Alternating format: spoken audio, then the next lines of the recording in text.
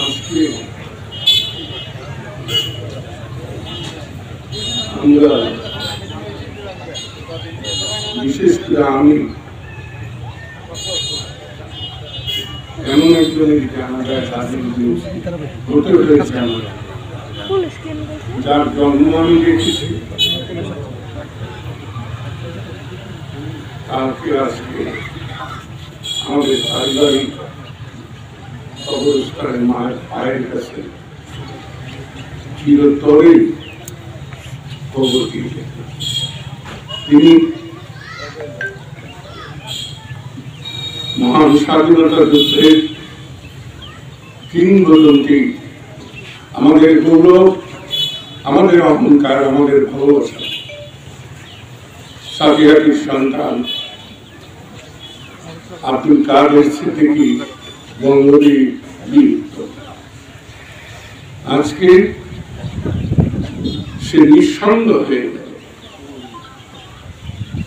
আমি আল্লাহর কাছে ফরিয়াদ করব তাকে এবং তার সন্তানদের, তার 3টি সন্তান বীর পুরী খুশি, তাদের অন্তরে শান্তি দিন আল্লাহ।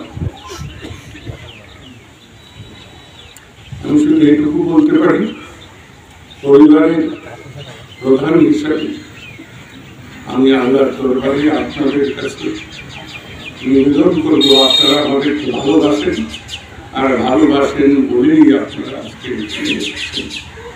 আপনারা খাওয়ার দিয়ে নাসরিন কাদের সিদ্দিকীর জন্য দোয়া করবেন। আল্লাহ তাআলা তার শান্তিতে ব্যস্ত নসিব করুন। আসসালামু আলাইকুম।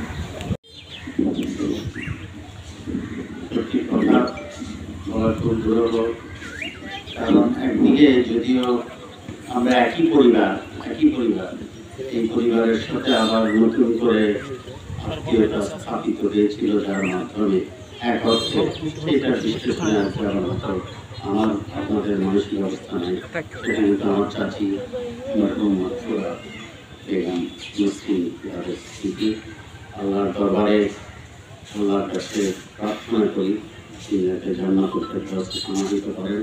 একটা জিনিস আমি সাক্ষী দিতে পারি, নির্দেশ দিতে পারি, আখলাক শব্দটা যেটা ভদ্র ব্যবহার, মিষ্টি ব্যবহার, এই শব্দটা শিখতে হলে ওনার সাথে পরিচিত হওয়া। যাদের হয়েছে তারা আখলাকের সাথে পরিচিত। আমি আস্তে আস্তে আমার ওয়াইফকে বলছিলাম, আমার মুরব্বী বড় চাচা লতিফ চাচা আছেন বঙ্গবী আছেন, ওনার সারাটা জীবনই কিন্তু একটা জিহাদ ছিল। আমি যতদূর দেখেছি সেই আপনারাও তো পরিবারের সারাটা জীবনই তৈরি বঙ্গবীরের জন্য।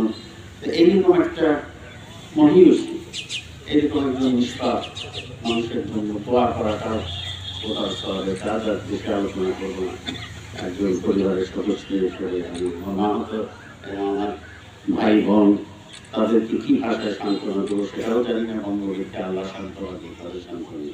আপনারা আমার জন্য দোয়া করবেন, আমাদের জন্য দোয়া করবেন, আমার চাকরি যেন চিরশান্তিতে থাকে, এই আমাদের দোয়া।